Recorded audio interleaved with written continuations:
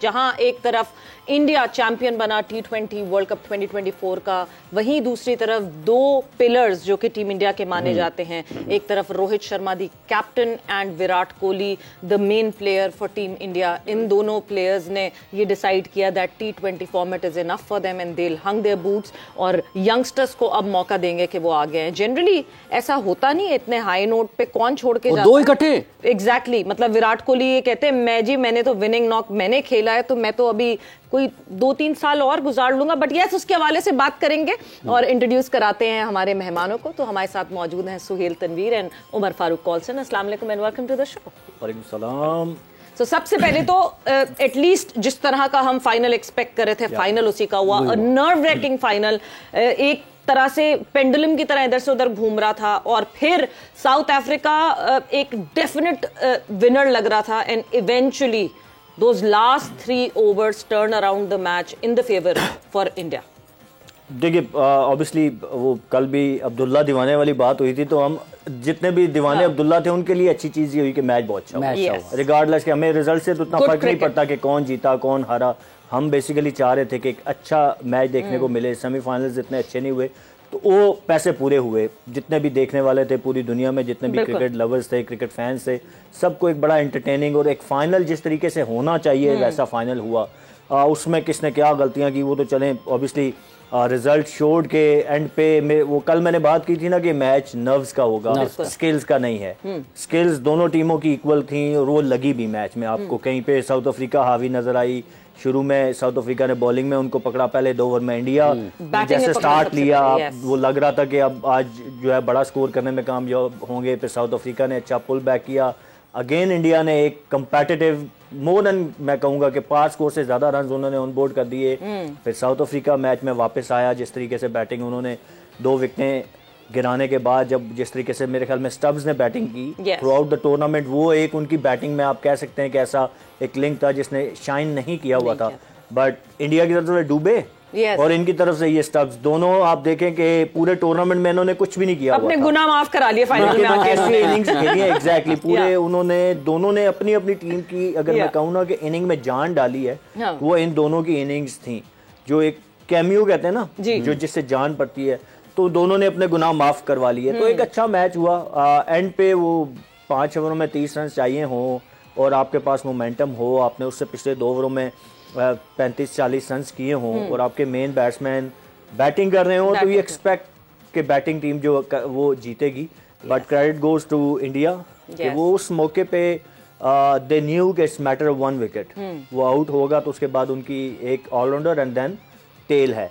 तो इन crunch moment में you never know, क्योंकि जितने मर्जी बड़े ऑलराउंडर आप हों या बैट्समैन हो ना, वर्ल्ड कप का फाइनल हो और जो लास्ट मोमेंट्स होते हैं ना वो मैटर करते हैं। तो इंडिया ने वो मोमेंट्स जीत के तो वर्ल्ड कप अपने नाम किया। तो ओवरऑल एक बड़ा अच्छा मैच हमने देखा और मैं नहीं कहूँगा कि बेस्ट टीम जीती है, मेरे ख्याल में बेस्ट नर्व्स को कंट्रोल करने वाली टीम जीती है। दोनों टीमें बेस्ट थी जिन्होंने फाइनल खेला, बट नर्व्स कंट्रोल करने की जहाँ बात आई तो वो India was better and ahead from South Africa and eventually they won the final। जैसे सुहेल आपने 3 आखिरी ओवर्स की बात की कि रन्स बिल्कुल करीब करीब ही थे, उसके को बहुत फ़र्क नहीं था।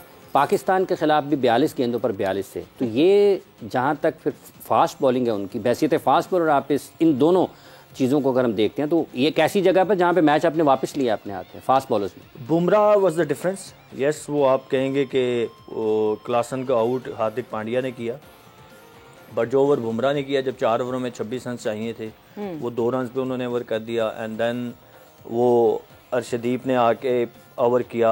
वहाँ से मेरे ख्याल में जो डिफरेंस सारा क्रिएट किया ना वो इसका बुमराह का था। Throughout the tournament hope the शायद, थ्रू आउट द टूर्नामेंट अभी भी हम कुछ कर सकते हैं। Throughout the tournament Bumrah was the man to go for Rohit Sharma और उन्होंने डिलीवर भी किया। किसी एक मौके पे, किसी एक जगह पे भी ऐसा नहीं हुआ कि जब कैप्टन ने उनसे कोई डिमांड की हो और वो फुलफिल नहीं की हो। तो having Bumrah in your team, I think ये इतनी बड़ी लग्जरी है कि जो बाकी किसी टीम के पास नहीं थी। और अगर मैं कहूँ कि बुमराह ने बॉलिंग में अकेले वो टूर्नामेंट जितवाया, ना सिर्फ मैच, तो वो गलत नहीं होगा।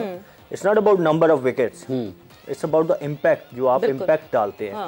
आप देखें कि वो बैट्समैन सेटल खेल रहे थे और बुमराह आए तो उनके खिलाफ वो और मैं मुझे थोड़ा अजीब भी लगा कि इतना ज्यादा शेल में वो चले गए, बैक इन टू शेल के मतलब 5 विकेटें थी आपके पास, मिलर साथ खड़े थे, at least you try to take single, rotate तो करने की कोशिश करते हैं ना, that's a different story. But वो बुमराह का प्रेशर इतना ज्यादा था उनके ऊपर कि आप देखें कि उनसे सिंगल भी नहीं निकाला जा सका, रिवर्स हो रहा था बट वो इतना अनप्लेबल नहीं हो रहा था कि मैं कहूँ कि बहुत लंबा रिवर्स स्विंग हो रहा था जिसकी वजह से बहुत मुश्किल आ रही थी।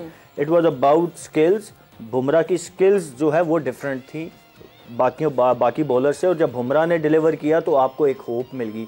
जब भी नीचे लगी हुई टीम को आप वापस आने देते हैं ना, मैं पूरे शो में ये बात करता रहा हूँ, वो ऑस्ट्रेलियन अप्रोच की बात कर रहा हूँ कि वो नहीं आने देते, क्योंकि जब भी किसी नीचे लगी हुई टीम को आप एक होप दे देते ना, तो फिर मोर देन 70-80% वो नीचे लगी हुई टीम बाउंस बैक करने का जीत जाती है। तो you don't want to do that. You cannot do that. जब आप वो करते हैं तो वही हुआ रिजल्ट। आपने देखा कि वो कहाँ रन बॉल था तो आखिरी ओवर में 16 रन चाहिए। वैसे बिल्कुल ये वैसे बहुत सही एक कहावत है that batters win you matches and bowlers win you tournaments. 34 for 3 से बैटर्स की तरफ जरा आते हैं, 34 for 3 से 176 पुट अप करना सबसे पहले, तो मुझे लगता है कि वो सबसे पहला इम्तिहान था जिसमें टीम इंडिया पास हुई। देखिए इंडिया कल विराट कोहली का जो था, आपको पता है 2 दिन पहले से शुरू हो गया था कि Virat Kohli is the one who is gonna make a difference. किसी को नहीं पता था कि वो शायद ये अनाउंस कर देंगे मेरा लास्ट। और जब वो खेल रहे थे लग रहा था कि बड़ी एक अजीब सी इनिंग खेल रहे हैं, कोई इसकी कॉन्टेक्स्ट समझ नहीं आ रही।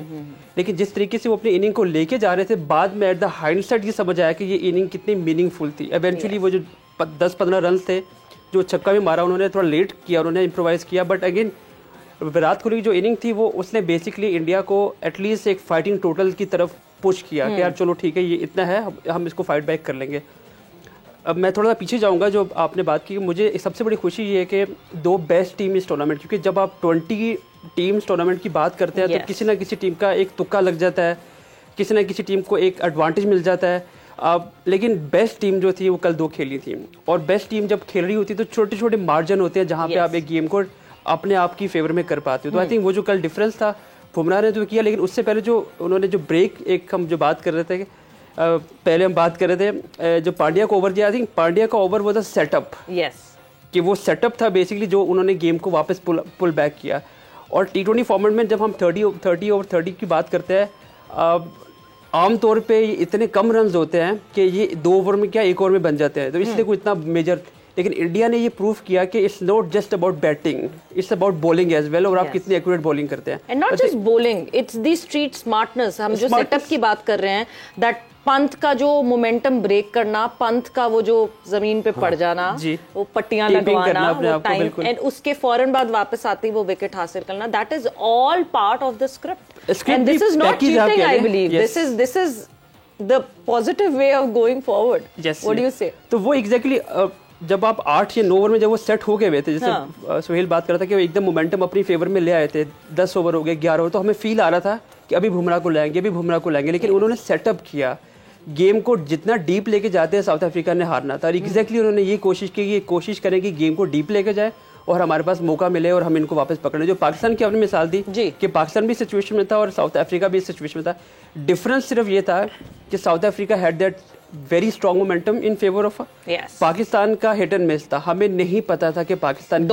किसी डायरेक्शन में जा रहे हैं, साउथ अफ्रीका प्रॉपर डायरेक्शन में जा रहा था। फाइनल गेम है, आपके पास अगला गेम ये मेक एंड ब्रेक है, खत्म है, उसके बाद आप अपने घर जाएंगे आप। तो आई थिंक वो मोमेंटम लेके जा रहे थे, और वो जो डिफरेंस पाकिस्तान लोग कंपेयर कर रहे हैं, आई थिंक वो कंपैरिजन कुछ बनता नहीं है, कुछ सेंस बनती नहीं है। ओवरऑल खुशी इस चीज़ की कि वन साइडेड गेम नहीं हुआ, बिकॉज बहुत ज़्यादा क्रिटिसिज्म मिला कि इंडिया को बहुत सी फेवर्स दी गई, ये किया गया, वो किया गया, बट एक बहुत ही कांटेदार मुकाबला हुआ। और इंडिया ने अगर गेम जीता है तो अपने बलबूते पे जीता है, उन्होंने ग्राउंड में जीता है, जिस तरीके से बुमराह ने किया, जिस तरीके से पांड्या ने किया, सूर्या का कैच वो भी कंट्रोवर्सी क्रिएट हुई है, बनाया हुआ है वैसे। वो भी हम जरा गौर से देखेंगे, हम भी जरा फोकस करके यहाँ पे देखने की कोशिश करेंगे, बट इवेंचुअली टीम इंडिया जो है वो चैंपियन बन चुकी है। अब जिसने जो कंट्रोवर्सी ढूंढनी वो ढूंढे, बट ब्रेक पर जा रहे हैं और ब्रेक से जब हम वापस आएंगे तो जो बात ये कंपैरिजन की हो रही है कि इंडिया जो पाकिस्तान उस कंडीशन में था, साउथ अफ्रीका उस कंडीशन में था, उसका डिफरेंस उमर ने जरूर बताया। हम उस पर जरा डिटेल में और बात करेंगे after the short break. And welcome back to जोर का जोर T20 वर्ल्ड कप 2024 स्पेशल। बात हमारी हो रही है फाइनल के हवाले से, India versus South Africa. India जिसमें बनी champion of T20 world cup 2024। Break पे जाने से पहले हमारी डिस्कशन हो रही थी कि एक जिस तरह साउथ अफ्रीका ने ये पूरा एंड जिस तरह हुआ इस फाइनल का, पाकिस्तान की याद आ गई अचानक से, बिकॉज इंडिया के अगेंस्ट जब पाकिस्तान खेल रहा था तो एग्जैक्टली इसी तरह का सिनेरियो हो रहा था। बट उमर का ये कहना है कि south Africa was in a momentum और पाकिस्तान जो है वो वैसी शेकी था, वो उस मोमेंटम में नहीं था। बट कहीं ऐसा हुआ कि उस टाइम पे आपको पाकिस्तान टीम की याद आई हो? सोशल मीडिया पे हर जगह यही लिखा हुआ है कि इस सिचुएशन में दो ही टीमें हार सकती थी। हाँ। एक कल हार गई और एक पहले हारी थी। हाँ। बट ये फाइनल में खेल रही थी। हाँ, और फाइनल में खेल के हारी है। नहीं, आई थिंक दोनों की सिचुएशन डिफरेंट थी। हम 120 चेज कर रहे थे, हमें शुरू से 6 रन चाहिए थे पर ओवर। इनको आप देखें तो दे वर चेजिंग 178 177, तो 9 रन पर ओवर। फिर बीच में जो सारा एपिसोड हुआ, then they with because of Klaasen की जो इनिंग थी उसकी वजह से मैच में वापस के आए, बल्कि एक किस्म का मैच इन्होंने छीन लिया था। बस वो फिनिशिंग लाइन ही थी जो ये, और वो अपनी नर्व्स की वजह से क्रॉस नहीं कर सके तो वो कंपैरिजन नहीं बनता। हाँ, आप ये कह सकते हैं कि हम जो मैच वहाँ पे हारे यूएसए वाला वो सिमिलैरिटी आप निकाल सकते हैं कि उसमें भी आप विनिंग पोजीशन में थे। 3 बॉलों पे 12, आपका बेस्ट बॉलर बॉलिंग कर रहा हो और दूसरी टीम का बेस्ट बैट्समैन बैटिंग नहीं कर रहा था। ठीक है, तो वो एक सिमिलैरिटी बनती है सिचुएशन की। यहाँ पे 5 ओवरों में 30 था, वहाँ पे 3 बॉलों पे 2 छक्के थे। ठीक है, तो वो एक सिमिलैरिटी बनती है। बट ओवरऑल आई गेस के मैं इंडिया को क्रेडिट दूंगा। वही नर्व्स की गेम थी, इनसे नर्व्स अपनी कंट्रोल नहीं हुई। जहाँ क्लासन आउट हुए, थोड़ा सा इनको मोमेंटम गया, जहाँ पे यानसन आउट हुए तो उसके बाद शायद वो बिलीव खत्म हो गया, वो बिलीव ही खत्म हो गया। आप देखिए कि बिल्कुल टोटली आप शेल में चले गए ना, कि मतलब एटलीस्ट आप वाइड बॉल क्रिकेट में रोकते भी हैं तो you look to take single. वो बिल्कुल ही टेस्ट मैच की तरह बिल्कुल आप फील्डर अंदर आ गए। वहां पे थोड़ा सा आप जो क्रिकेट खेल रहे थे आपको वही खेलनी चाहिए थी। आप मैच में किस वजह से वापस आए थे? चाहे वो स्टब्स की इनिंग आप देखें, स्टब्स ने आके अटैक किया तो मैच वापस आए ना, रोकने से तो नहीं आए। वो चाहे आप क्विंटन डिकॉक की इनिंग की बात करें, वो भी अटैक कर रहे थे। फिर क्लासन की देखें तो आप अपना मेथड से आपको हटना नहीं चाहिए था। मेरा पॉइंट ये है, वो जब आप मेथड से हटे, आपने इंडिया को चांस दिया मैच में वापस आने का, और फिर जब वो वापस आए तो उन्होंने आपको मैच में वापस नहीं आने दी। बिल्कुल। सो यू डोंट लेट, मतलब आप सोचे ना, वही बात जो सिमिलैरिटी अगर मैं बात करूं, वो मैच हमें भी चाहिए था रन बॉल 6 ओवरों में 40, and we ended up needed 32 और 31 इन 3 ओवर्स। तो हमने वो 3 ओवर इतने बुरे खेल लिए कि हम 10-6 की जो हमें एवरेज चाहिए थी वो हमने 11-12 पे ले गए। Same goes to South Africa कि आप देखें कि जो आपका रन बॉल था वो 3-4 ओवरों में आपने 13 रन किए, and you ended up needed 16 run in 1 over. और विकेटें भी या तो ना आप सारे आउट हो जाएं। इन 4-5 ओवरों में आउट भी आपके 2 ही हुए, 4 आउट थे तो आपने एंड पे 7 आउट आपके हुए। तो मेरे ख्याल में थोड़ा सा दे मिस द ट्रिक कि वो क्लासन के आउट होने के बाद एंड देन यानसन के आउट होने के बाद वो बिल्कुल ही कंप्लीटली शेल में चले गए, स्ट्राइक रोटेट नहीं किया। या मिलर को चाहिए था कि वो एक एंड से कहते उसको कि भाई, खासकर जब last ball of the over थी ना, 2 ओवरों में 13 बॉलों पे 21 चाहिए, तो वहां पे वो अगर बल्ला घुमाते भी वो आउट भी हो जाते तो पीछे 3 विकेटें तो थी बिल्कुल। तो मिलर खुद चार्ज ले लेते। मतलब ऐसी वो, लेकिन वो ये सोचें तब आते हैं जब आप नर्व्स कंट्रोल में होती हैं। तो नर्व्स यही करती हैं ना, जब आप नम नहीं हुए हुए तो नर्व्स हावी हो जाती हैं ना, तो आप सोचने समझने की सलाहियत आपकी खत्म हो जाती है और आप बेहतर फैसले नहीं कर पाते।